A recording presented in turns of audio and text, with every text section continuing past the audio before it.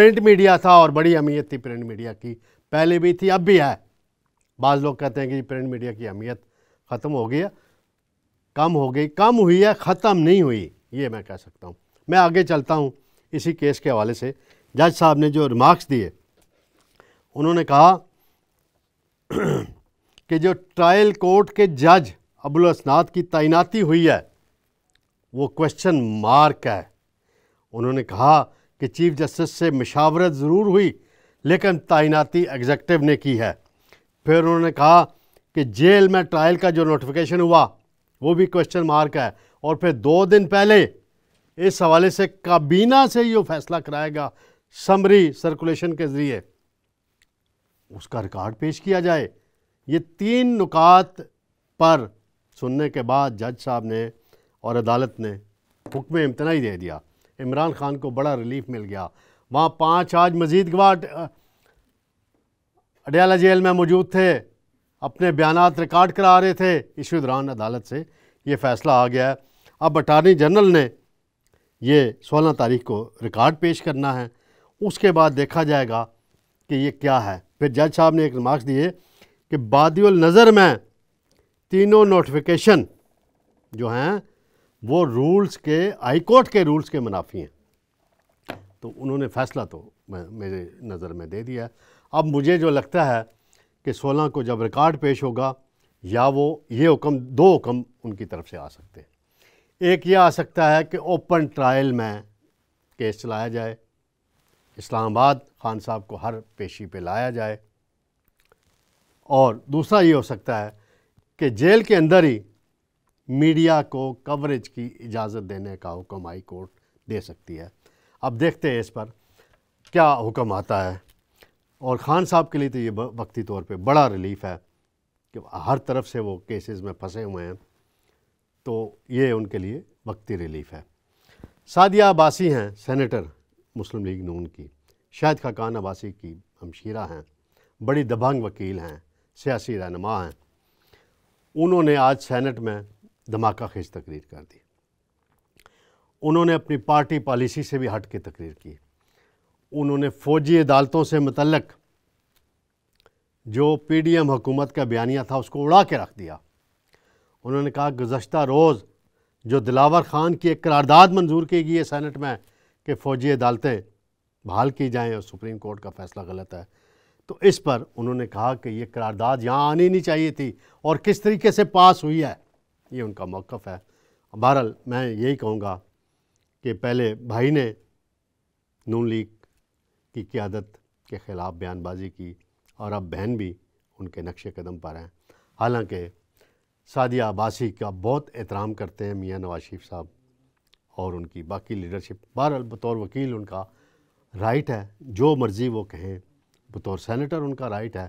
اور میں دیکھ رہا تھا جب وہ تقریر کر رہی تھیں تو عرفان صدیقی صاحب بہت سنجیدگی سے ایسے بیٹھے ہوئے ان کو دیکھ رہے تھے اور پوائنٹس نوٹس کر رہے تھے کہ یہ کیا بات کر رہی ہیں.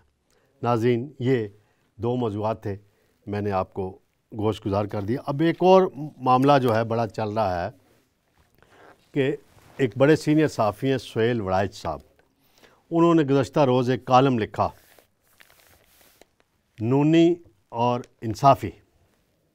یعنی انہوں نے یہ ایکسپلین کیا کہ عمران خان نے بڑی زیادتیاں کی نواز شریف کے ساتھ اور اب نون لیگ آ رہی ہے تو ان کو زیادتی نہیں کرنی چاہیے، ان کے ساتھ انتقام کی کوئی صورت نظر. اس پر جو میاں نواز شریف صاحب کے سپیچ رائٹر ہیں، بڑے سینئر صحافی ہیں، کالم نویس ہیں، سینیٹر عرفان صدیقی صاحب نے کالم لکھا ہے جو روزنامہ ممتاز میں بھی شائع ہوا ہے آج. اس میں انہوں نے کافی باتیں اٹھائی ہیں اور ماضی کے کئی حوالے دیے ہیں. انہوں نے ارشد شریف کیس کا حوالہ بھی دیا. عمران ریاض کے حوالے سے بھی انہوں نے بات کی کہ یہ اگر کوئی گمشدگی ہوئی تو غلط ہوئی ہے. انہوں نے کہا میں ارشد شریف کے گھر خود گیا. پھر انہوں نے جسٹس شوکت عزیز صدیقی جو ان کے قریبی رشتہ دار ہیں اس کے حوالے سے بھی کہا کہ ارشد شریف کے وکیل وہ بنے ہیں، جسٹس شوکت عزیز صدیقی بنے ہیں. یہ بھی انہوں نے حوالہ دیا. پھر اپنی گرفتاری کا بھی انہوں نے حوالہ دیا کہ نام نیاد کرایہ داری کیس میں ان کو جیل میں ڈالا گیا. پھر آخر میں انہوں نے جو مشورہ دیا ہے ان کی جو ہیڈ لائن ہے کہ نواز شریف سے نہیں چابی برداروں سے رجوع کریں، یہ انہوں نے بات لکھ کے بڑی واضح کر دی ہے صورتحال کہ جی نواز شریف تو اپنا سیاست کر رہا ہے، ملک کی خدمت کے لیے واپس آیا ہے، اور جو معافی تلافی اور مدعا اعلان کا کافی انہوں نے باتیں لکھی ہیں۔ بہرحال 2 کالم نویسوں کے درمیان اس وقت یہ میچ پڑا ہوا ہے۔ پھر جو سہیل وڑائچ صاحب ہیں انہوں نے بھی کچھ باتیں لکھی ہیں، میرے پاس بھی میں کئی مرتبہ لکھ بھی چکا ہوں اور آئندہ بھی میں اس پر لکھوں گا۔ جنرل راحیل شریف صاحب جب آرمی چیف تھے تو 2 واقعات انہوں نے کوٹ کیے ہیں۔ ان کی ہیڈ لائن ہے انہیں کیسے نکالا۔ میاں نواز شریف صاحب کہتے تھے مجھے کیوں نکالا، اب یہ بتا رہے ہیں پورے بیک گراؤنڈ میں کہ نواز شریف کو نکالنے کی 2016 17 میں 14 میں کیا کیا پلاننگز ہو رہی تھی، اس کی انہوں نے ایک قسط بھی لکھی ہے۔ تو انہوں نے ایک واقعہ کوٹ کیا ہے، وہ لکھتے ہیں کہ ایک خلیجی ملک کے سربراہ نے جب جنرل راحیل شریف سابق آرمی چیف کو 16 کروڑ ڈالر کا جہاز تحفے میں پیش کرنے کا وعدہ کیا تو میاں نواز شریف نے بطور وزیر اعظم جنرل راحیل شریف کو منع کیا کہ آپ یہ جہاز نہ لیں، مگر راحیل شریف نے یہ بات نہ مانی۔ پھر وزیر اعظم نے اپنے سیکرٹری سے اس حوالے سے باقاعدہ خط بھی لکھوایا، مگر جنرل راحیل شریف نے یہ جہاز پاکستان منگوا لیا۔ دوسرا واقعہ یہ ہوا کہ سعودی عرب کے دورے کے دوران جب میاں نواز شریف کی شاہ سلمان سے ملاقات ہوئی تو اچانک اسی ملاقات میں میاں نواز شریف کو بتایا گیا کہ جنرل راحیل شریف ریٹائر ہو رہے ہیں اور انہیں مجوزہ اسلامی فوج کا سربراہ ہم سعودی عرب میں بنانے کا سوچ رہے ہیں۔ تو نواز شریف کے لیے بڑی شاکنگ بات تھی اس وقت، تو انہوں نے ہاں ہمیں بھر دی کوئی۔ پھر تیسرا واقعہ یہ ہوا کہ سعودی عرب ایک ڈیلیگیشن جانا تھا، تو سمری آتی ہے وزارت دفاع سے، تو اس سمری میں شاید یہ لکھا ہوا تھا، یہ کالم میں نہیں لکھا، میں اپنی طرف سے یہ بات کر رہا ہوں کہ جی جنرل راحیل شریف ڈیلیگیشن کو لیڈ کریں گے۔ تو میاں نواز شریف نے اس وقت کے وزیر دفاع خواجہ آصف کو بلایا اور کہا کہ آپ خود اس ڈیلیگیشن کو لیڈ کریں گے۔ یہ چند واقعات سہیل وڑائچ صاحب نے لکھے۔ ناظرین میں تھوڑا سا بتاتا چلوں کہ جنرل راحیل شریف صاحب ایکسٹینشن چاہتے تھے، میں پہلے بھی اپنے 2-3 پروگراموں میں یہ بات کر چکا ہوں۔ ڈان لیکس جب آئی تھی پھر وہ چودھری نثار علی خان اور شہباز شریف سے ملاقاتیں بھی کرتے تھے، انہیں GHQ بھی بلاتے تھے اور باقی کئی اور جگہوں بھی ملاقاتیں ہوتی تھیں۔ ایک جنرل رضوان اختر صاحب ہوا کرتے تھے ایکس DG ISI، وہ بھی اس سلسلے میں رابطے میں تھے، اور پلاننگ یہ تھی کہ 1 سال اگر جنرل راحیل شریف کو نواز شریف ایکسٹینشن دے دے تو اگلے آرمی چیف کے لیے کوالیفائی کر سکتے تھے جنرل رضوان اختر، لیکن ہوا کچھ اور۔ میاں نواز شریف نے جنرل راحیل شریف کو ایکسٹینشن نہیں دی۔ اگر ایکسٹینشن دی ہوتی تو نہ پاناما اٹھنا تھا، نہ نواز شریف نے نائل ہونا تھا، اور نہ ڈان لیکس کا اتنا بڑا معاملہ جو بھی تھا اس کی ڈیٹیل ایک الگ کئی پروگرام ہو سکتے ہیں۔ تو اب جو سہیل وڑائچ صاحب ہیں انہوں نے معلومات کچھ شیئر کی ہیں، تو میرے پاس بھی معلومات ہیں، میں ان کو یکجا کر رہا ہوں اور اس حوالے سے بہت جلد اپنے ناظرین تک لکھ کے بھی پہنچاؤں گا، پڑھنے والوں کو بھی اور سننے والوں کو بھی وہ میں ڈیٹیل بتاؤں گا۔ تو میں آپ کا شکریہ ادا کرتا ہوں، انشاءاللہ بہت جلد آپ سے دوبارہ ملاقات ہوگی۔ اللہ حافظ۔